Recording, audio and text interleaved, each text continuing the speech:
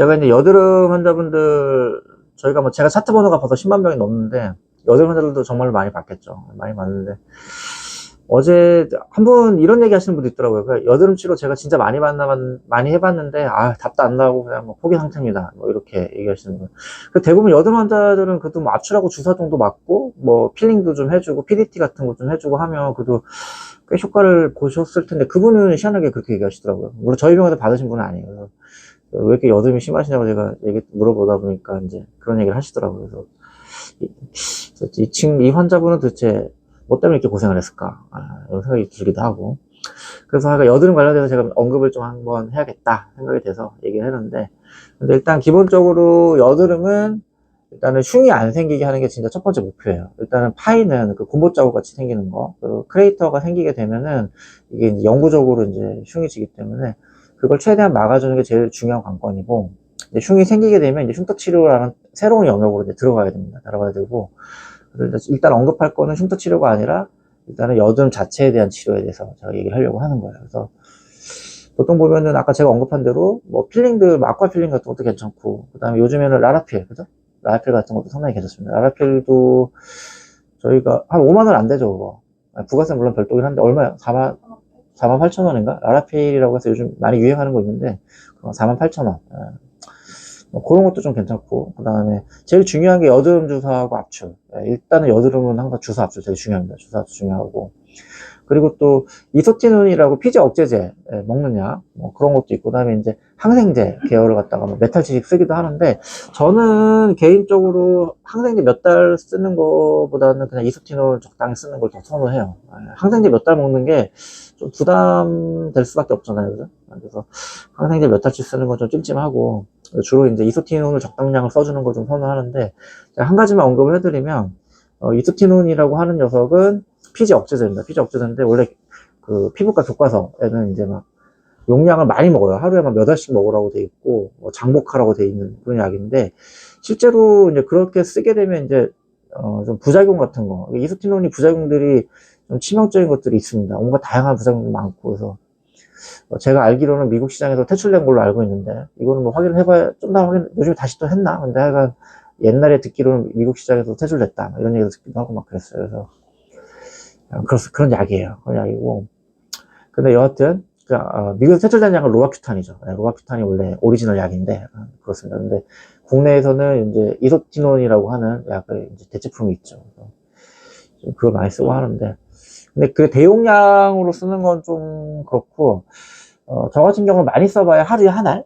하루에 한 알. 요 정도. 그리고, 좀 괜찮다 싶을 때는 이틀에 한 알, 3일에 한 알.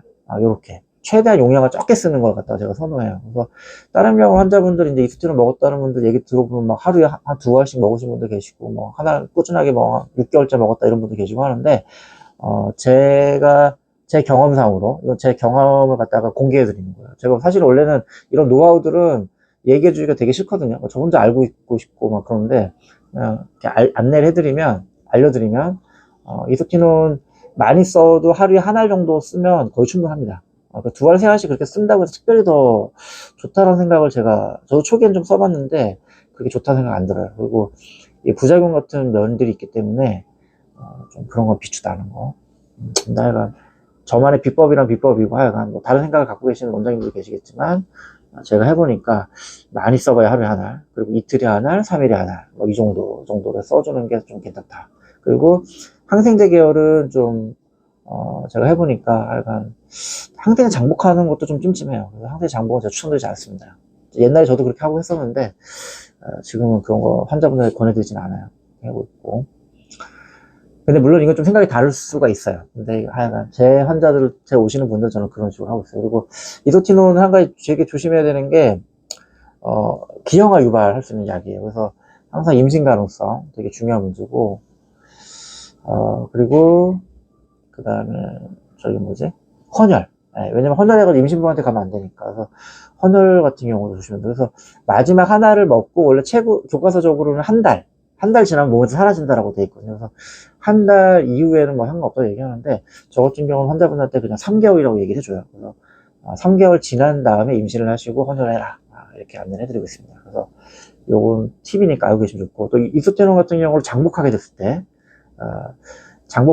뭐 3개월, 4개월, 5개월 이렇게 먹게 된다. 뭐 하루에 하나씩 이렇게 먹는다 그러면은, 그때는 간 기능 검사, 피 검사도 좀 해보라고 제가 안내를 해드리고 있습니다. 그래서 요런 거 팁들이니까, 그런 이렇게 피지 억제제를 복용하시는 분들은 요런 내용들은 좀 알고 계시면 좋겠다라는 거. 근데, 그리고 제가 또 하나 알려드리면은, 이제 여드름 환자들 어렵다고 얘기하시는 분들, 꽤 있는데, 실제로 여드름 환자들 하다 보면은 레이저가 되게 다양하게 필요해요. 그래서 저희 같은 경우도 이제 홍조 여드름 자국, 붉은색, 이런 거는 부인 퍼펙타, 이런 것도 하면 좋고, 그 다음에 검정 색깔, 칙칙한 느낌도 있죠. 레블라이트, 피코 슈어, 그다음에 피코 플러스, 이런 레이저도 필요하기도 하고, 어떤 전 IPL, 이런 거 쓰기도 합니다. 그래서 이런 것들이 좀 돌아가면서 써줄 수 있는 그런 치료들이 필요해요. 그리고 저희가 해보면은 화농성일 때는 이제 아그네스 같은 경우는 이제 간간히 사용해주기도 하고, 그리고 이제 아까 알려드린 것처럼 필링 같은 거, 아쿠아필, 아라필, 그 다음에 클래식한 치료, PDT. 이건 피지 억제해주는 그런 녀석인데, PDT라고 하는 녀석도 정말로 중요한 치료입니다. 이런 것도 꼭 기억하시면 좋을 것 같고.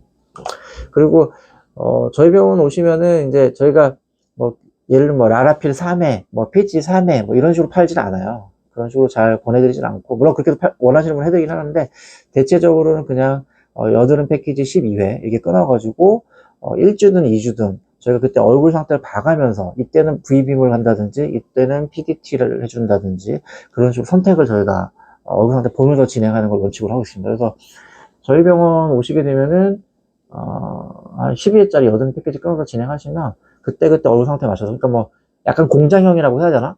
사실 근데 사람 얼굴이 계속 바뀌잖아요. 바뀌는 상태에 특히 여드름은 특히 더 하거든요. 그래서 이거를 미리 계획을 세워서 격주로 PDT, 그 다음에 뭐 하고, 이런 거는 전 좋은 것 같지 않아요. 좋은 것 같지 않고, 정말 럭셔리하게 하려고 그러면, 여드름 치료를 제대로 하려고 그러면, 그 상태의 얼굴을 봐가면서, 그렇게 가는 게 맞다라고 봅니다. 그래서 저희 병원에서 원칙은 그래요. 여기까지 할까요?